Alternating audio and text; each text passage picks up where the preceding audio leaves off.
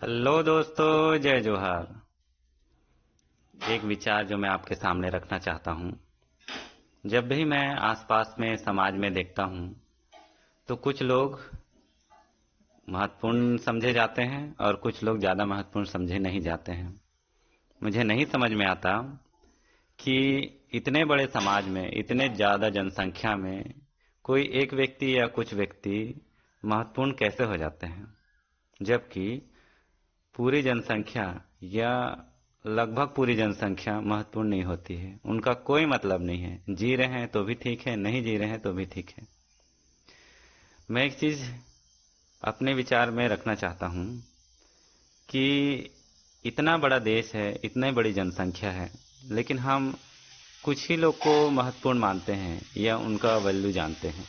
बाकी लोग क्या हैं, उनका क्या वैल्यू है, हमारा क्या वैल्यू है, या हमारा महत्व कितना है? कोई महत्व नहीं है। उदाहरण के तौर पर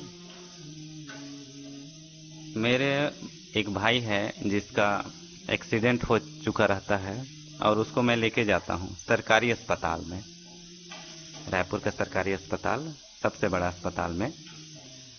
और वहाँ पर अपने भाई को लेके पहुँचता हूँ तो अस्पताल में इतने डिपार्टमेंट हैं कि सबसे पहले तो वहां पहुंचने के बाद इतनी बड़ी जनसंख्या, भारी भीड़ के बीच में उसको कौन देखेगा? पता नहीं कौन देखेगा। फिर वहां पर पर्ची कटाए, उसके बाद कौन आएगा? पता नहीं कौन आएगा। पर्ची कटा लिए तो पहले कौन डिपार्टमेंट में जाना है? पता नहीं कौन से डिपार्टमेंट में पहले जाना है। पहले पैर में फ्रैक्चर हुआ है उसके लिए जाना है, कि आंख में नुकसान हो रहा है उसके लिए जाना है, कि गले के पास दांत में कुछ परेशानी आया है उसके लिए जाना है? किस में जाना है? पहले कौन सा ज्यादा महत्वपूर्ण है? पता नहीं। फिर कुछ देर में जो नर्सेस आती हैं, वहाँ के जितने भी रिस्पोंडेंट रहते हैं वो, और आके उसको देखते हैं, अपने रिपोर्ट में लिखते हैं क्या है, कौन सा केस है, कहाँ से आए हो, क्या करते हो, सारा जानकारी हम लोग अपने रजिस्टर में लिखते हैं और वहाँ से चले जाते हैं। फिर कुछ देर में फिर कोई, कुछ देर होता है उसके बाद फिर कोई आता है और फिर अपना जानकारी बनाता है, नाम पता, कहाँ से आए हो, कब हुआ, कैसे हुआ, पूरा जानकारी बनाता है, फिर चले जाता है। मुझे समझ में नहीं आता कि ठीक है आप आ रहे हैं जा रहे हैं, लेकिन इसका अम, हमको तो नहीं पता कि असर कितना हो रहा है। जो चेकअप करने वाले हैं, डॉक्टर हैं, उनको पता होगा कि उससे क्या असर होता होगा। हमको तो भाई देखने से यही पता चल रहा है कि जो मेरा भाई है उसको परेशानी हो रही है और वो ठीक से होश में भी नहीं है, खून बह रहे हैं। कुछ व्यक्ति आते हैं जो वहाँ के छोटे कर्मचारी होते हैं, नर्सेस होते हैं, वार्ड बॉय होते हैं, वो पट्टी लगाते हैं और चले जाते हैं। निश्चित तौर पर पट्टी तो बाहरी शरीर पर लगा है, अंदर का उपाय तो नहीं हुआ है। तो एक बात समझ में नहीं आती कि करें तो करें क्या, कौन ध्यान देगा और कैसे ध्यान देगा। फिर एक डिपार्टमेंट में जाता हूँ, वो डिपार्टमेंट होता है उसका अंदरूनी शरीर के अंदर का जो रहता है उसमें चेकअप कराने के लिए। तो वहाँ पर अंदर का चेकअप करने वाला मशीन ठीक नहीं है, तो बाहर से करा के आओ। तो उसको बाहर से चेकअप कराने के लिए लेके जाते हैं। इस प्रकार से उसको जब वापस लाए तो एम्बुलेंस चाहिए रहता है। अब एम्बुलेंस वाले 100 मीटर का कितना होना चाहिए? एम्बुलेंस में, कोई भी एम्बुलेंस में 100 मीटर का कितना पैसा होना चाहिए? मुझे उस दिन पता चला कि 100 मीटर का भी 500 रुपये होता है। ऑटो चढ़ते हैं तो पता नहीं चलता है, बस चढ़ते हैं तो पता नहीं चलता है कि 100 मीटर दूरी का भी 500 रुपये हो सकता है तब के समय में। अभी भी इतना महंगाई तो नहीं है कि 500 रुपये लग जाए, पर 500 रुपये लगता है उसको चेकअप कराने वाले जगह में पहुंचने के लिए। फिर उसके बाद उसको वापस लाते हैं। वापस लेके आता हूँ तो उसको कहा जाता है कि पहले इसका आंखों का इलाज किया जाए। अब यहाँ पर एक व्यक्ति, जिम्मेदार व्यक्ति आता है, इसका आंख का इलाज करते हैं। तो आंख के चेकअप होते रहता है, तो उसको कराने में बहुत समय लगता है। चेकअप करता रहता है, वो भी मुआयना, ऑब्जर्वेशन करते रहता है, चेकअप तो क्या ही करेगा। मायने करते रहता है, कुछ सजेशन देता है। उसके बाद बोलता है इस डिपार्टमेंट में लेके जाओ, बहुत सारे डिपार्टमेंट में से दूसरे डिपार्टमेंट। अब उस डिपार्टमेंट में लेके जाओ, वो व्यक्ति स्ट्रेचर पे है और उसको लेके जा रहे हैं दूसरे डिपार्टमेंट में। फिर बात आती है कि अब क्या किया जाए। फिर बाहर निकलते हैं तो दूसरे डिपार्टमेंट में लेके जाना है, वो डिपार्टमेंट है डेंटल का। और डेंटल का जो हॉस्पिटल है वो 50 मीटर में है, लेकिन 50 मीटर में ले जाने के लिए स्ट्रेचर का उपयोग नहीं कर सकते। स्ट्रेचर तो कंपार्टमेंट के अंदर होना चाहिए। तब स्ट्रेचर से उसको निकाले, अब लेके कैसे जाएं, वो तो बेहोश है, उसको लेके जाना मुश्किल है। अब उसको लेके जा रहे हैं तो एक एम्बुलेंस फिर सामने आता है। वो कहता है कि मैं लेके जाऊंगा, कितना लगेगा 50 मीटर का? बोलते हैं 400 रुपया। फिर उस दिन लगा कि भैया 400 रुपये भी एम्बुलेंस का लगता है बगल वाले डिपार्टमेंट लेके जाने के लिए। तो फिर उसको एम्बुलेंस से ले जाते हैं, 400 रुपये देते हैं और वहां जाके चेकअप कराते हैं। तो अपना जो भी चेकअप है, डॉक्टर है वो देखते हैं। उसके बाद फिर बैठे रहते हैं, आगे क्या होगा। मतलब असली में मेन जगह जहां पर उसका अंदर से चेकअप हो, कुछ ऑपरेशन या कुछ होना हो, वो चालू हो जाए, ऐसा कुछ भी नहीं पता। क्या होगा, कैसे होगा, कुछ नहीं पता। हमको बस इधर से जाना है वहां, वहां से जाना है फिर वहां, वहां से जाना है फिर वहां। कुल मिलाकर उतने बड़े अस्पताल का कम से कम 4 या 5 डिपार्टमेंट मैं देख लिया उस दिन। और ऐसा करते करते दोपहर से लेकर के शाम हो गया, और शाम तक पता नहीं चला कि असली में इसको शुरुआत कहाँ से होगा, कौन इसको इलाज करना शुरू करेगा, किसको पहले ध्यान देना चाहिए। हमको क्या पता भाई। हमको तो लग रहा है कि आंख में ज्यादा असर है तो आंख का पहले चेकअप पहले होना चाहिए, सिर में कुछ असर होगा तो सिर वाले को पहले करना चाहिए। लेकिन उनका पता नहीं क्या सोच है। तब मुझे एक बात समझ में आई कि क्या वैल्यू है हमारा।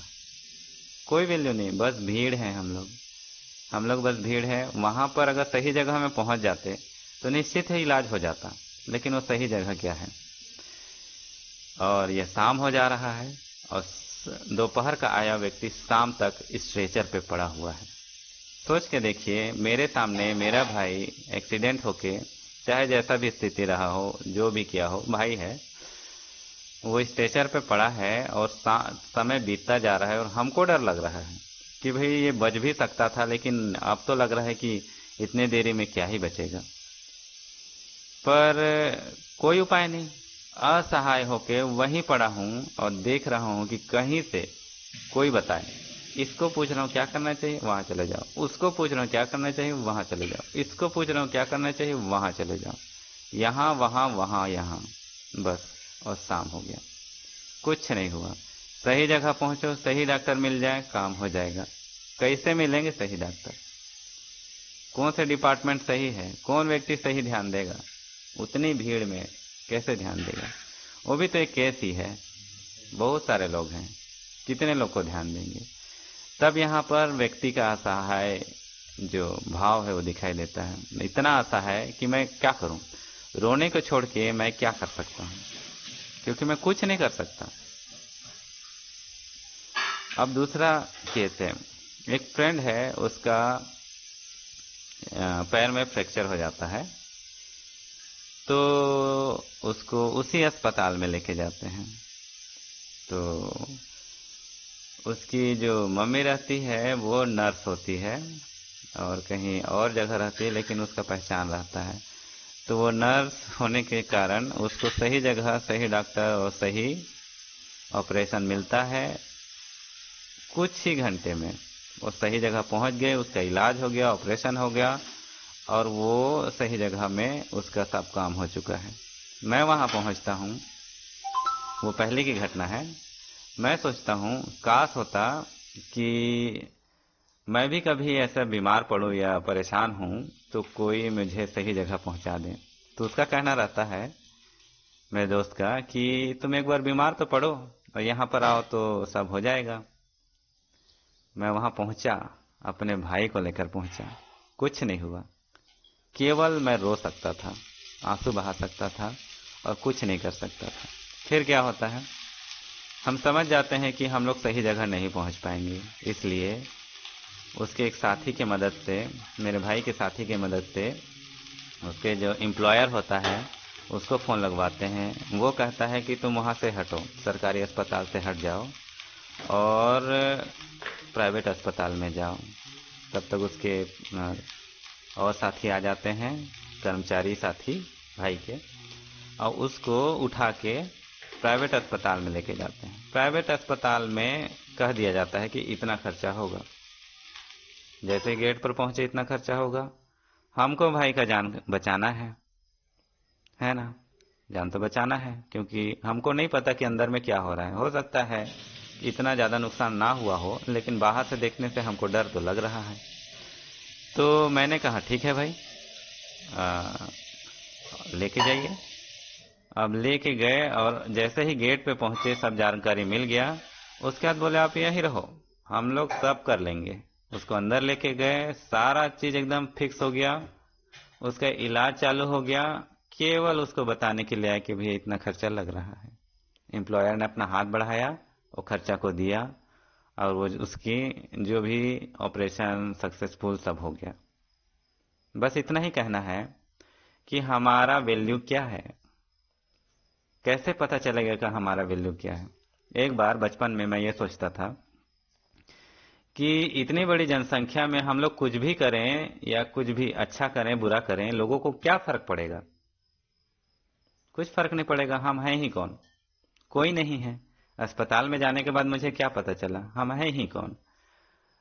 फिर जाति प्रमाण पत्र बनवाने के लिए मैं अपना गया था, ऑफिस गया।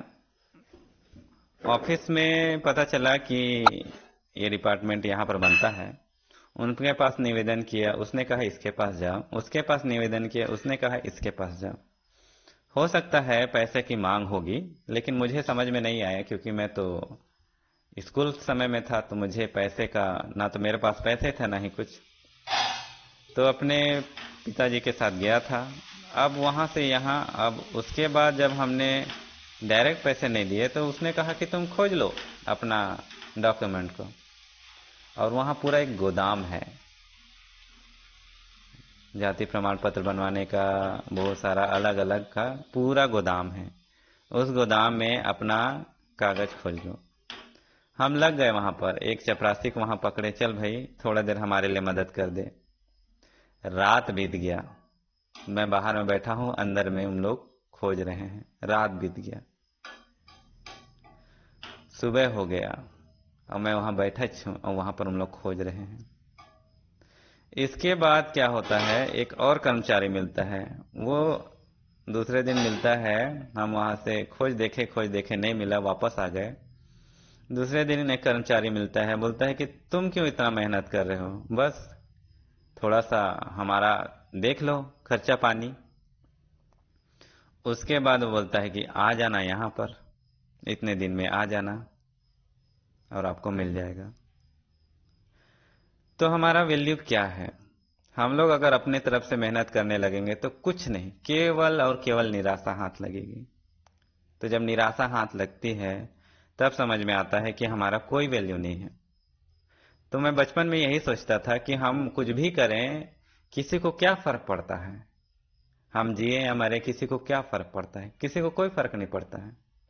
तो असली में मैं क्या सोचता था कि क्या होना चाहिए, क्या होना चाहिए, यह होना चाहिए कि हम कौन हैं इसका कोई एक वैल्यू या महत्व होना चाहिए। इतने बड़े देश में कोई इकलौता नेता नहीं होना चाहिए, इकलौता लीडर नहीं होना चाहिए, इकलौता महत्वपूर्ण व्यक्ति नहीं होना चाहिए। हर कोई महत्वपूर्ण होना चाहिए। अब कुछ लोग कहेंगे हर कोई महत्वपूर्ण क्यों होना चाहिए, कैसे हो सकता है, नहीं हो सकता है, ये तो बहुत मुश्किल बात है। महत्वपूर्ण मतलब ये महत्वपूर्ण नहीं, महत्वपूर्ण मतलब ये कि जब हम अस्पताल में पहुंचे तो आप भी मरीज और आप भी मरीज। जब बस स्टैंड में पहुंचे तो आप भी यात्री, आप भी यात्री। जब रेल स्टेशन में पहुंचे तो आप भी यात्री और आप भी यात्री। दोनों बराबर हैं, दोनों को एक ही जैसे व्यवहार होना चाहिए, नहीं होता है। फिर जब स्कूल में पहुंचे तो आप भी स्टूडेंट, आप भी स्टूडेंट। एक प्राइवेट स्टूडेंट, प्राइवेट स्कूल का स्टूडेंट, और एक सरकारी स्कूल का स्टूडेंट, अंतर है। तुम्हारा वैल्यू नहीं है, तुम्हारा वैल्यू है। फिर इतने बड़े समाज में एक जैसे कोई वैल्यू होगा ये तो जरूरी है भी नहीं। लेकिन कुछ चीज में जिसमें असहाय महसूस करते हैं, जहां पर जीवन और मरण की बात आती है, वहां पर समझ में आता है कि असली में इसको करें क्या। कुछ नहीं कर सकते हम लोग, कोई चीज हमारे हाथ में नहीं है। कैसे होगा? नहीं हो सकता। एक इंश्योरेंस, मैं मेरे पास अधिकतर बार फोन आता है इंश्योरेंस करा लो, कुछ फायदा होगा। ठीक है, इंश्योरेंस कराने से इनकम टैक्स फाइलिंग में काम आ सकता है। पर मुझे ये समझ में आता है कि एक दो साथी हैं, उन लोग इंश्योरेंस कराए थे, जब उनका जरूरत पड़ा तो उन लोग इंश्योरेंस की कंपनी से बात तक नहीं कर पाए। एक दबाएं, दो दबाएं और तीन दबाएं में ही पूरा उसका इंश्योरेंस का कहानी खत्म हो गया। उसने अपना पैसा, अपने जमीन, अपने कर्जे से लिया और अपना काम करवाया। तो हमको कैसे भरोसा होगा, कहीं पर भरोसे के लायक क्या है कि कैसे भरोसा होगा कि यह व्यक्ति जो इंश्योरेंस का पैसा लिया है, वो इंश्योरेंस के समय जब उसको इंश्योरेंस कवर करना है वो सही जगह में उपलब्ध होगा? कैसे भरोसा करें? अस्पताल में भरोसा नहीं कर सकते कि हम लोग को इलाज हो पाएगा।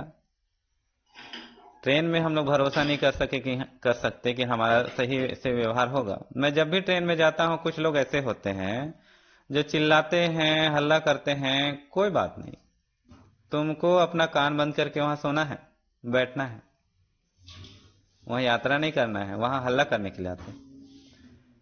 तो उनका वैल्यू अलग, हमारा वैल्यू अलग है। उनका महत्व अलग है, हमारा महत्व अलग है। फिर समझ में आता है कि इन सब के बीच में भी सरकार हमको कैसे पकड़ पाती है, सरकार हमसे कैसे संबंध रख पाती है। एक चीज मुझे समझ में है, सरकार को तुम्हारा जान जा रहा है, नहीं जा रहा है, बच रहा है, नहीं बच रहा है, से मतलब नहीं है। तुम समानता का व्यवहार, कभी व्यवहार, न्याय का व्यवहार कहीं मिलेगा ही नहीं। फिर न्यायालय में याद करिए, अपना बात वहां रखने के लिए अच्छा इसके पास जाओ, फिर उसके पास जाओ, फिर इसके पास जाओ, फिर उसके पास जाओ। मेरी मम्मी का जमीन कब्जा के लिए केस चल रहा था। मैंने वकील से पूछा कि महोदय, ये इसका असली में प्रक्रिया क्या है, क्या क्या होना है? तो उसका कहना है, हमको क्या पता भाई, जो आता है हम तुमको बता देते हैं। मतलब महत्व क्या है, हमको पता ही नहीं है कि हम लोग कर क्या रहे हैं, और हमको ये भी नहीं पता कि जो हो रहा है वो सही हो भी रहा है कि नहीं हो रहा है। कैसे पता होगा? नहीं पता है। कब तक चलेगा, चलो कोई बात नहीं, लेकिन क्या होगा, इसके आगे क्या होगा, इसके आगे क्या होगा, कुछ पता नहीं। तुम्हारा कोई वैल्यू नहीं है। तुम आओ, एक केस हो बस, तुम अपना केस अपना देखते रहो, हमको अपना पैसा देते रहो, आगे बढ़ते रहो। न यहाँ पर कोई महत्व है, न वहां पर। लेकिन एक जगह बहुत महत्व है, पैसा। सरकार के लिए हमारा वैल्यू केवल पैसा है। वैल्यू क्या है, कैसे पकड़ती है हमको? हमको ऐसे पकड़ती है कि तुम जियोगे, मरोगे, कुछ भी करोगे तो पैसा तो खर्च करना पड़ेगा। और जो भी पैसा खर्च करोगे, किसी भी सामान में खर्च करोगे, वहां का कुछ पैसा 50%, 40%, 30%, जितना भी पैसा है वो सरकार के पास जाएगी। तो मतलब तुम संबंधित तो हो सरकार से, लेकिन तुम्हारा महत्व कुछ नहीं है। तुम जियो चाहे मरो, खर्चा करोगे और वो खर्चा का पैसा सरकार के पास जाएगा। मतलब सरकार तुमको, तुम जी रहे हो, मर रहे हो, तुम कैसे कर रहे हो, वैसे कर रहे हो, उससे कोई ज्यादा मतलब नहीं। जब तक सरकार के प्रति ना हो जाए तब तक कोई मतलब नहीं है। तुम कुछ भी करो, खर्चा करोगे, वो सरकार के पास पहुंच जाएगा। बस इतना ही वैल्यू, महत्व है हमारा या मेरा। मुझे ऐसा ही लगता है। आपको कैसा लगता है?